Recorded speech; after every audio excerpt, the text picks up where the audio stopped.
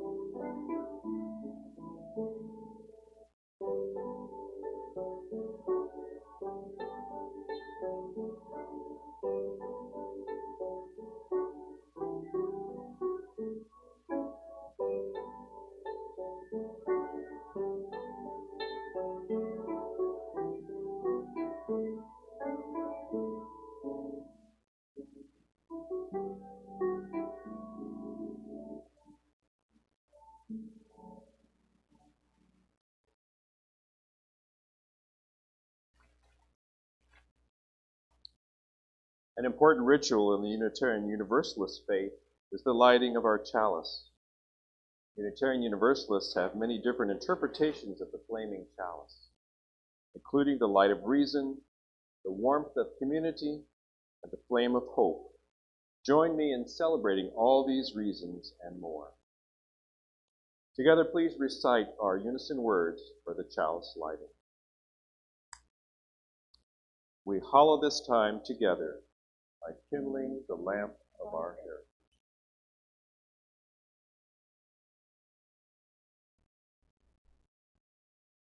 I invite you to join with me in a spirit of prayer and meditation.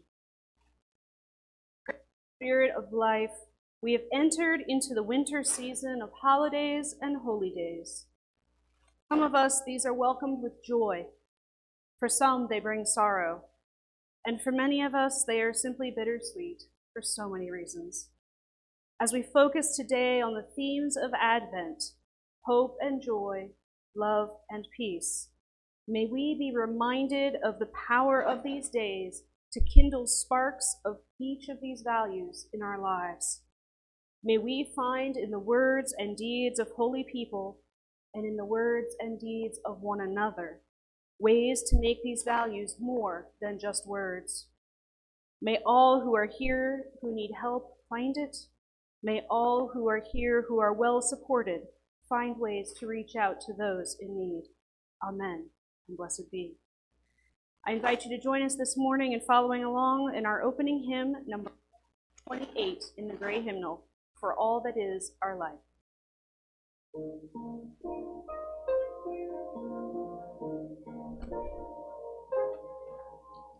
All that is our life, we sing our thanks and praise, for all life is a gift, which we are called to use to build our common good, and make our own days glad.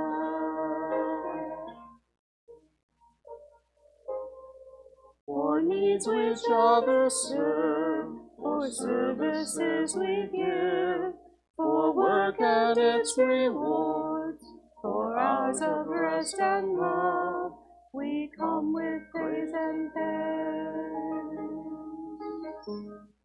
for all that is our life.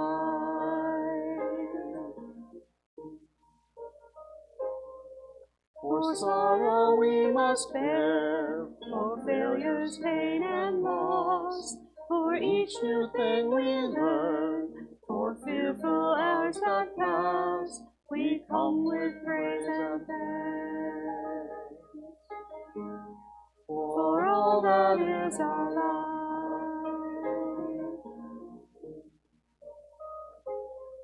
For all that is our life, we sing our thanks and praise. For all life is a gift, which we are called to use to build the common good and make our own day.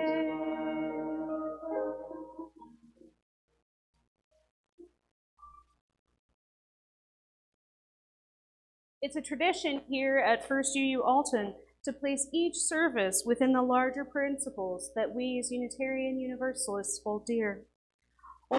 Religion with no requirement of creed or belief, we do have things that the denomination and people support as a whole, and the service today is coming from our Christian source, and it's focusing on our second and sixth principles.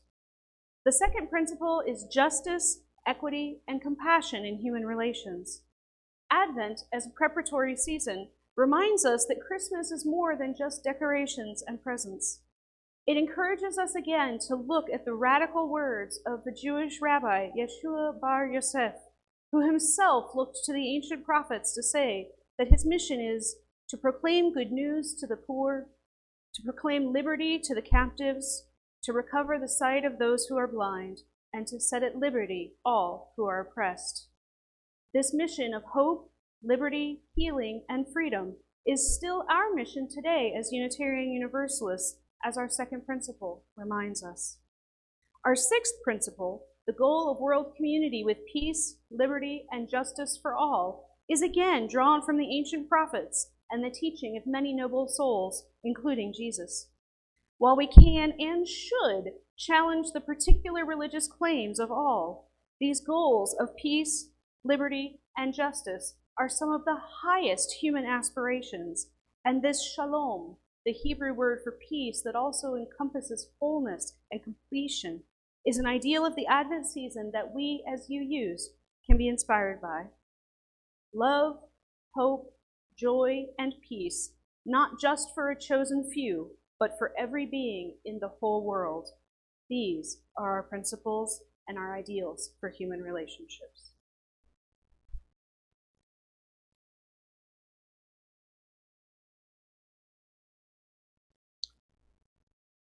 As our traditional time for joys and sorrows, during this time we ask our congregants to share their joys and sorrows in their hearts or out loud with each other.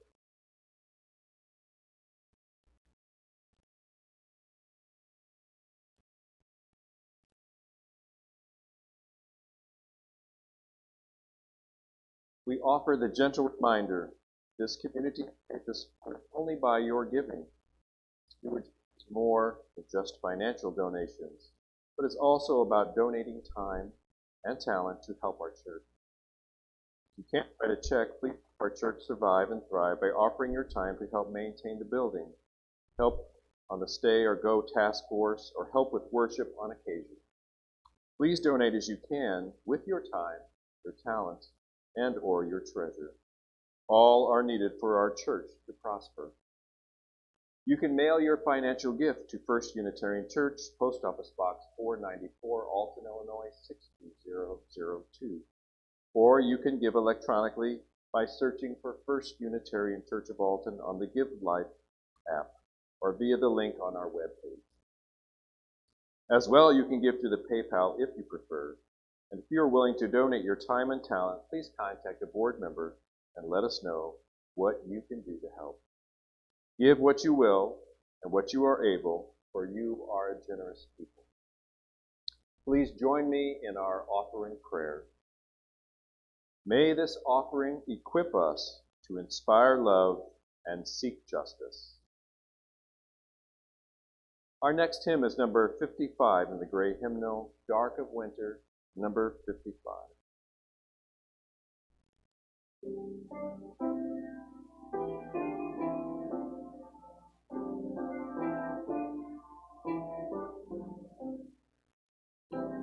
Where soft and still, your quiet calms me.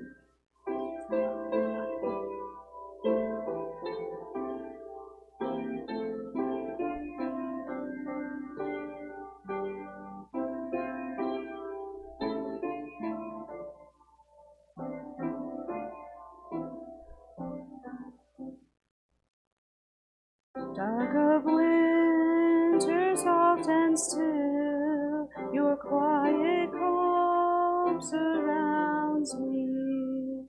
Let my thoughts go where they will, ease my mind profoundly, and then my soul will sing a song, a still song, gentle darkness, soft and still, quiet wind. I will.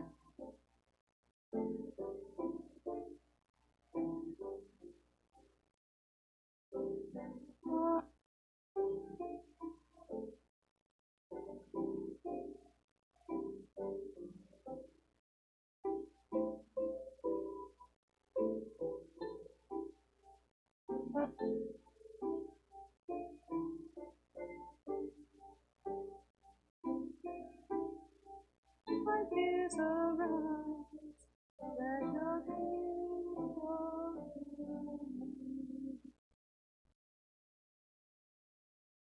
Good morning, everyone. My name is Claudia Hall, and it is an absolute delight to be with you again today, especially inside in the nice warm sanctuary. I hope that all of you, wherever you are comfortable and cared for. Today, I'm going to talk about Advent, which is a period in the Christian calendar of the year that you may or may not be familiar with. The Christian year is centered around two events, Christmas in the winter and Easter in the spring. Before each of these holy days, there is a time of preparation, Advent before Christmas and Lent before Easter. These preparatory periods are meant to help the faithful orient away from secular space and towards sacred time, and they function to heighten anticipation and spiritual awareness of the holy day. There are rules that have developed in the Christian calendar that govern both of these seasons, and in the case of Advent, for 4 weeks, ending with Christmas Day. In the 4 Sundays before Christmas, the usual tradition in many Christian churches is to dedicate each Sunday to a particular trait that one wishes to acquire or to deepen the season. There is some variation across churches and groups, but in general, the themes are hope and love, joy and peace. Many churches, even individuals, arrange candles into a wreath and light them every Sunday in a Christian version of the Festival of Lights. Indeed, Christianity, like other religions, did not emerge in a vacuum.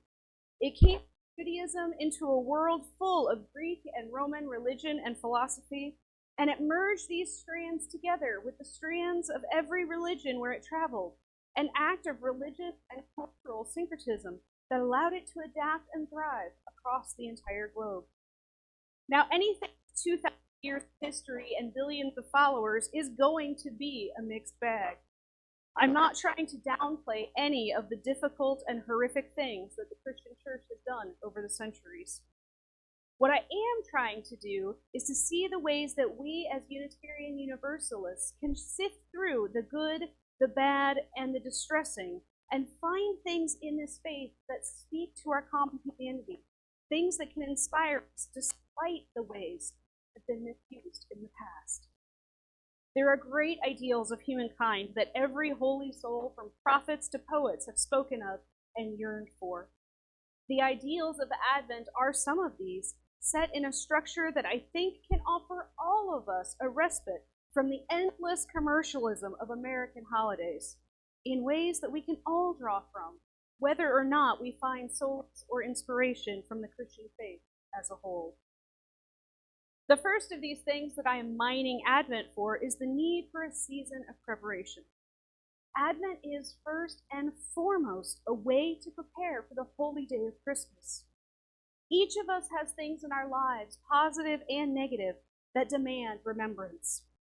For many of us, birthdays and the anniversary of being with our partners are joyful days. And usually in my home, and in many of yours, I'm sure, we take time to mark them and make them special.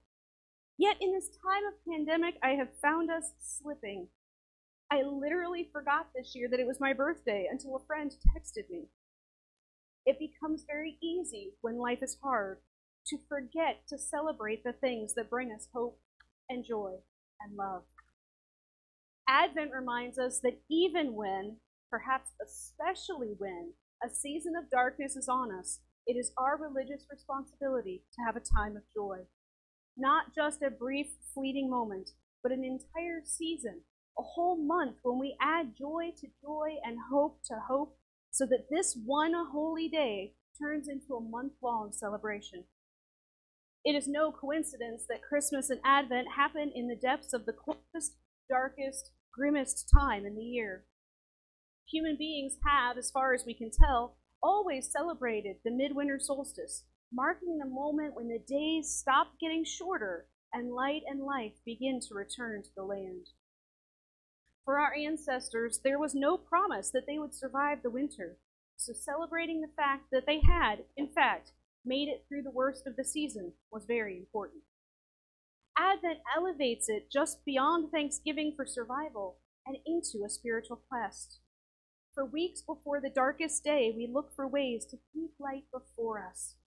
Prior to electricity, the shortening of the days was a visceral reminder of human dependence on external things for our survival.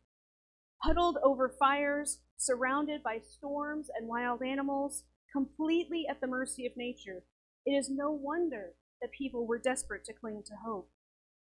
Without the light pollution that now clouds our skies, our ancestors were able to see the vastness of space and experience a kind of existential agoraphobia, for the universe is so vast, and we are so small. Therefore, any slice of hope, whatever it was to be held onto with rejoicing. Today, it's ironic that we've gone completely the other direction. We're so far removed from nature that we have again lost hope. It is so easy to become incredibly depressed when we're confronted with the overwhelming human-created problems this planet faces.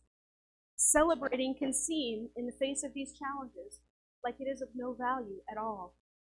And yet celebrate we must, for humans without hope are humans who do not live very long. We have evolved as beings to have hope as a basic condition for our survival.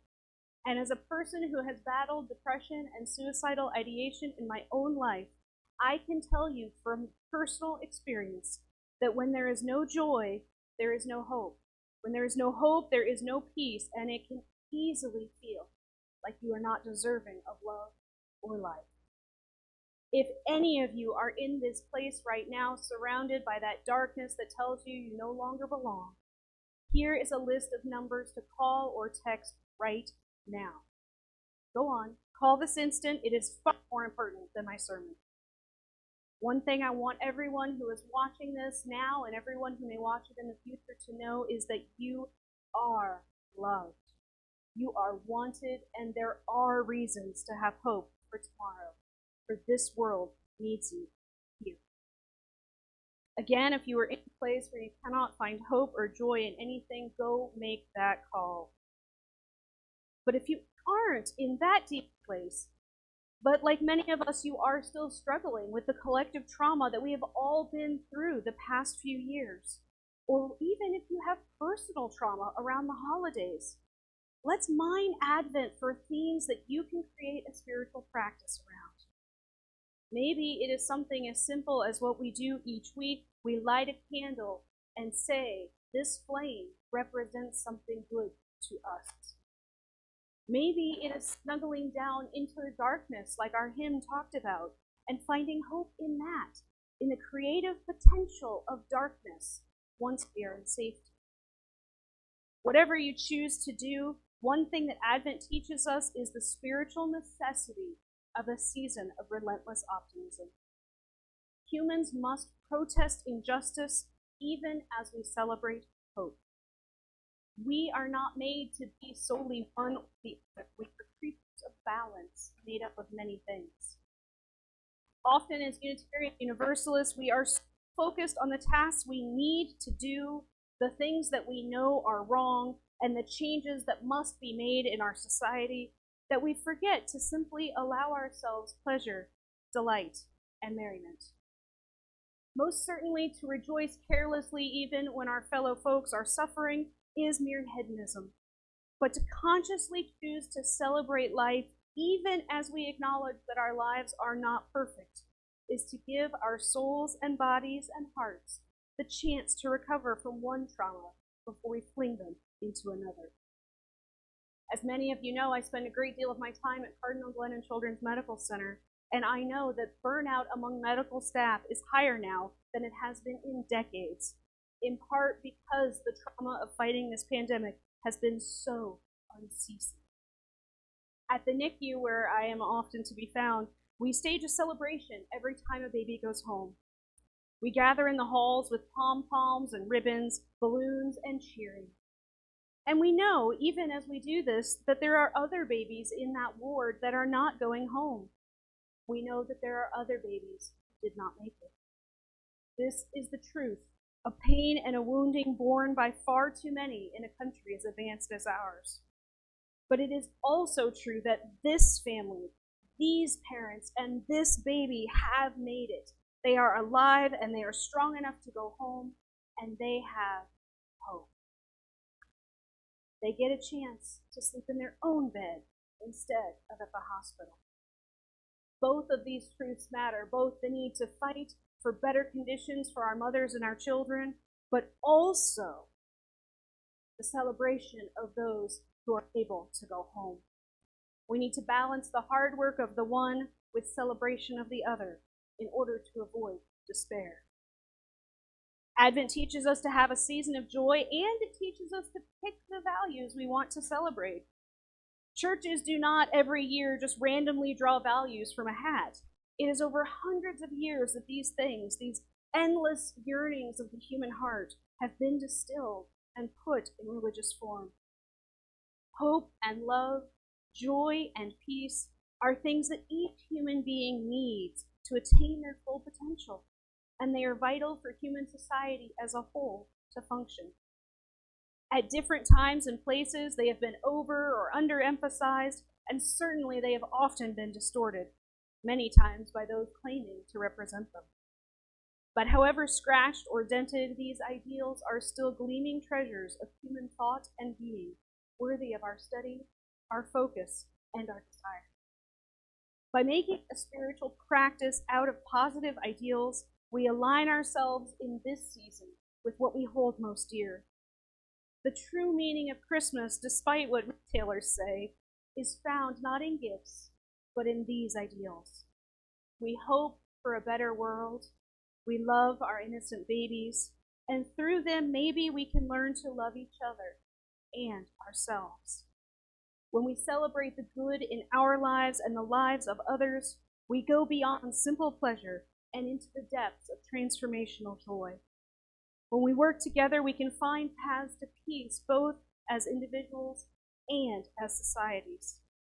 Advent offers us a week each to focus on these, to literally place each of these values on a pedestal and focus our attention on them as a daily practice. The third thing Advent offers us, in addition to a season of happiness and focusing on the values we cherish most, is a focus on the communal nature of spiritual practice.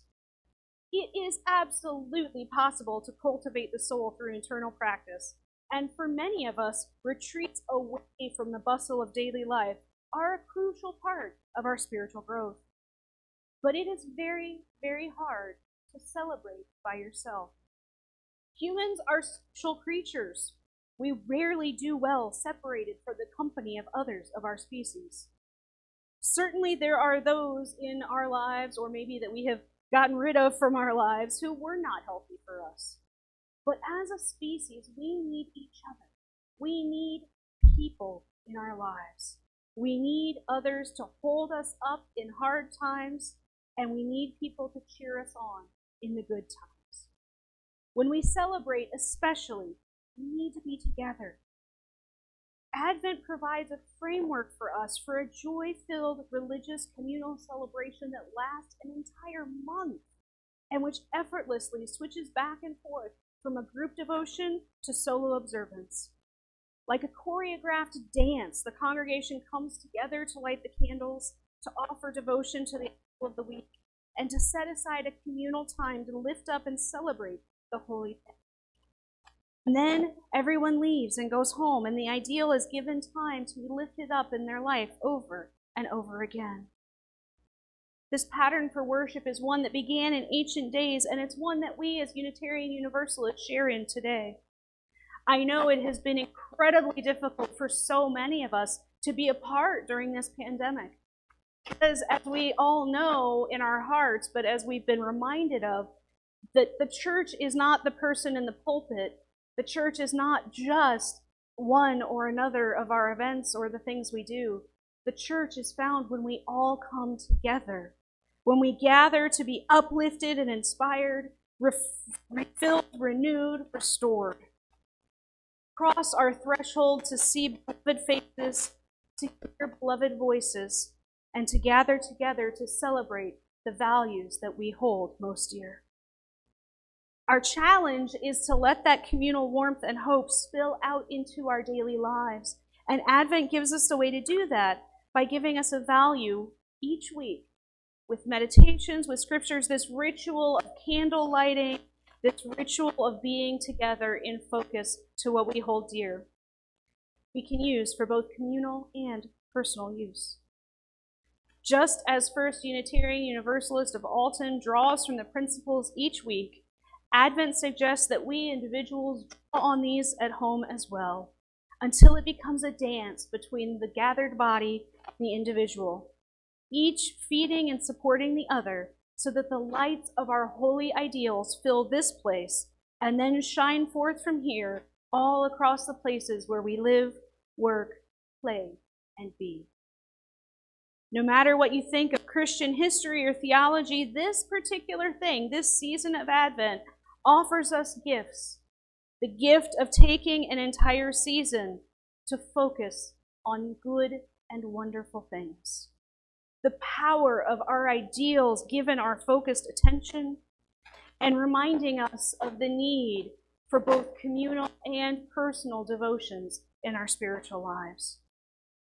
It is my prayer that we are able to go back and forth with these like a seamless tide, that we may create pools of light, shining our ideals of beloved community into this fractured and hurting world. Amen, and blessed be. Our final hymn, many of us will know by heart. It's number 118 in the Gray Hymnal, This Little Light of Mine.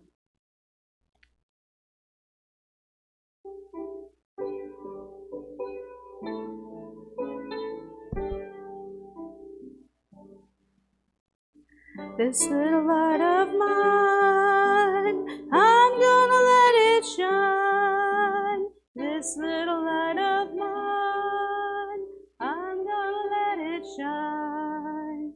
This little light of mine, I'm gonna let it shine. Let it shine, let it shine, let it shine. Everywhere I go, I'm gonna let it shine. Everywhere I go, I'm gonna let it shine. Everywhere I go, I'm gonna let it shine. Let it shine, let it shine, let it shine.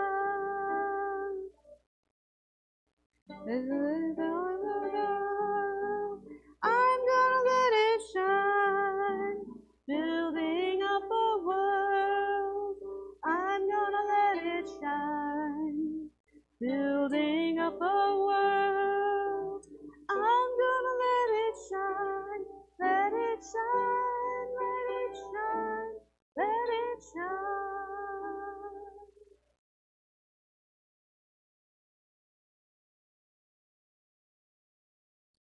I have one announcement this morning, a very joyful announcement actually, that in-person services will resume on December the 5th. And please look at your email for more details about that and instructions of what that entails. So December 5th, we'll be back together in the building. I invite you to join me in reciting a prayer as I extinguish the chalice. The light of truth and meaning cannot be put out. We are keepers of this flame until we meet again.